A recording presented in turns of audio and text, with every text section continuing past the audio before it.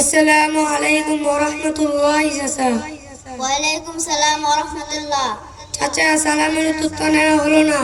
তাহলে কিভাবে বলতে হয়? বলতে হয় ওয়া আলাইকুম আসসালাম ওয়া রাহমাতুল্লাহ। যাই না, কেমনে শিখতাম? চাচা কই যান? গোসল করতে। গোসলে ফরজ কয়টি জানেন? হ্যাঁ, 16-17টি। বলেন তো কি কি?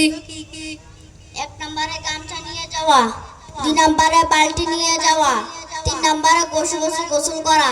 চাচা হলো না তো। তাহলে কিভাবে? গোসলে ফরজ 3টি। 1 নম্বরে কুলি করা, 2 নম্বরে নাকে পানি দেওয়া, 3 নম্বরে ভালোভাবে ঘষে ঘষে গোসল করা। তোমাকে এগুলো কে শিখিয়েছে? আমাকে এগুলো আমার মাদ্রাসা শিখিয়েছে। তোমার মাদ্রাসার নাম কি? আমার মাদ্রাসার নাম কমলাপুর উত্তরপাড়া দারুত তাকওয়া নুরানি হাফিজিয়া কওমি মাদ্রাসা।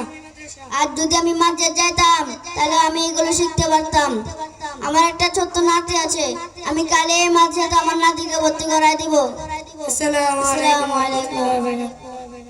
রাহমাতুল্লাহ। মাশাআল্লাহ, আমরা সকলে খুশি হয়েছি তো? আচ্ছা, মাশাআল্লাহ। আমরা আসলে আমাদের সমাজের মধ্যে এই ভুলগুলো ভুলগুলো আমাদের মধ্যে চলে। আমরা যদি সংশোধন না করি, আমাদেরকে বোঝানোর মতো আর রাস্তা নেই। আমরা সংশোধন হয়ে যাব। যারা আমাদের মধ্যে ভুল ভ্রান্তিগুলো আছে, আমরা যারা জানি না জানার চেষ্টা করবো। এই জানার জন্য আজকের এই মজমা, এই মাহফিল।